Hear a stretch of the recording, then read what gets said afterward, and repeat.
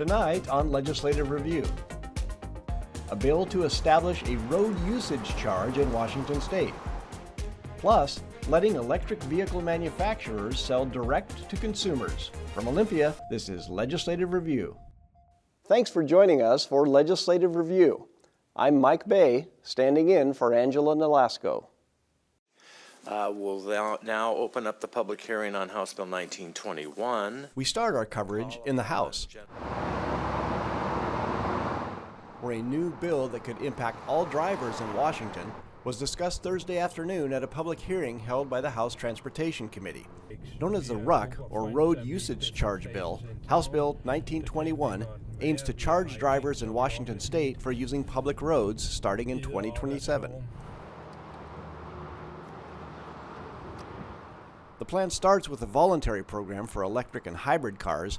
Drivers would be charged 2.6 cents for every mile driven. This would eventually expand and become mandatory for all vehicle types by 2035. That includes electric vehicles, hybrids, and even regular gas-powered cars. Under the bill, the RUC fee would replace some of the existing fees electric and hybrid car owners pay today,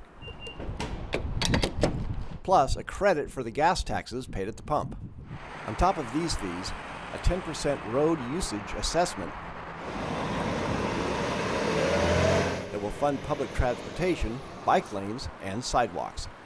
Democratic Representative Jake Fye of Tacoma, who chairs the House Transportation Committee, sponsored the bill. It's hard to take in a single session and understand all the different components of this. But the fundamental principle of this legislation is two principles. One is to try to treat vehicle owners in a similar fashion in paying their fair share of the transportation investments. Second principle is to focus this revenue on our greatest need. And our greatest need in this state is to preserve what we have. Bill proponents believe that as more people drive EVs, fewer are paying gas taxes, which is how the state currently funds road maintenance. They believe implementing a road usage charge ensures everyone who uses the roads pays their fair share, not just those driving gas-powered vehicles. Gary Wirt of All Aboard Washington, a nonprofit organization promoting rail transit. I own an electric vehicle and I own a internal combustion vehicle. I've driven it about 6,000 miles in the 10 months that I've owned it, and I've never purchased a gallon of gas. It was not my intent to buy an electrical vehicle to avoid paying my fair share of the cost of maintaining our state's roads. Therefore, I support, and so does All Aboard Washington, support HB 1921 because we believe that all of our users should share in the fair cost of our highway system. Opponents, however, have a different take. They worry about privacy issues, how miles will be tracked, and how it could disproportionately affect rural drivers who have little access to public transit and have no choice but to drive long distances. They also believe it's not fair for gas vehicles to be taxed twice, once at the pump and again on the road, even with credits applied.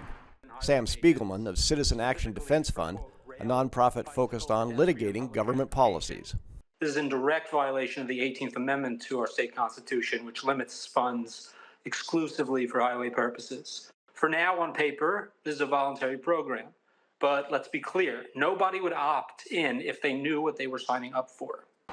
If passed, the first phase would kick off in 2027, and by 2035, all cars meeting road usage charge mileage requirements would be enrolled in the program.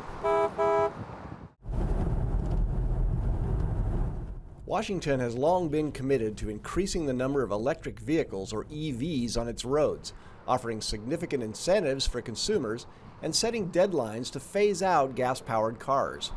Now, some lawmakers are looking to take it a step further, potentially changing how people buy EVs, this time directly from the manufacturer without going through a dealership. Currently, Tesla, which was granted a special exemption about a decade ago, is the only company allowed to make direct sales to consumers in Washington. At the same time, Tesla was the only EV manufacturer looking to sell cars in the state at that time, but things have changed.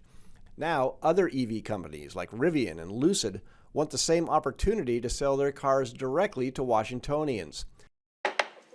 Good morning and welcome to the Consumer Protection and Business Committee of Friday, February 14th. Happy Valentine's Day.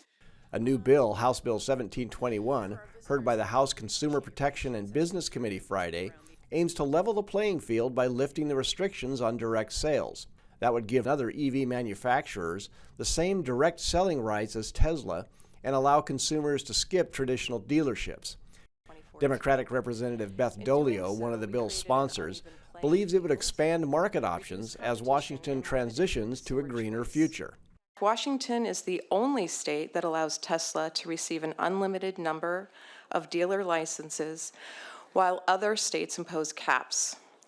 This not only gives Tesla an unfair market advantage, but it also sets a concerning precedent for regulatory favoritism that discourages American innovation and investment. Allowing direct sales means more economic investment, more sales tax revenue, more EVs, and more jobs. In states that prohibit direct sales, companies like Rivian are restricted to online-only operations, preventing them from investing in local communities through brick-and-mortar locations that create jobs, drive economic growth, and give back to communities. Supporters of the bill, like environmental groups and EV manufacturers, believe it will give consumers more options, create jobs in the state, and help Washington reach its climate goals by 2050. Rivian's Hannah Steinweg. Washington is the only state that allows Tesla to open up as many dealerships as they would like, uncapped, and then closes the door on everyone else, which limits competition, hurts consumers' choice and access. But not everyone is on board. Car dealerships, which successfully stopped a similar proposal last year, argue it could hurt local businesses. Elisa Silhai of Ford Motor Company.